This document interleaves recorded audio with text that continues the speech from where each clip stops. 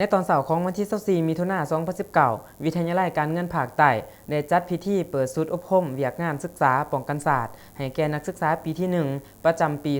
2019 โดยการให้เกียรติเข้าร่วมเปิดพิธีของทานพันโทผู้เวิร์นสุริวงศ์รองหัวหน้าห้องเสนาธิการกองบัญชาการทหารแขวงจำปาสักทานบุญเฮ่งพรหมเทพห้องผู้อำนวยการวิทยาลัยการเงินภาคใต้มีบรรดาครูอาจารย์นักศึกษาปีที่ 1บรรดาครูฝึกจากโรงเรียนทหารท้องถิ่นกองบัญชาการทหารแขวงเขาร่วมในการอบรมเวียกงานศึกษาป้องกันศาสตร์ให้แก่นักศึกษาครั้งนี้แม่นปฏิบัติตามหลักสูตรของสถาบันการศึกษาวิทยาลัยการเงินเพื่อแนใส่เฮ็ดให้นักศึกษาได้เรียนรู้ศิลปะยุทธวิธีในการต่อสู้ป้องกันตัวและรับรู้ได้ถึงเวียกงานป้องกันศาสตร์ป้องกันความสงบสุข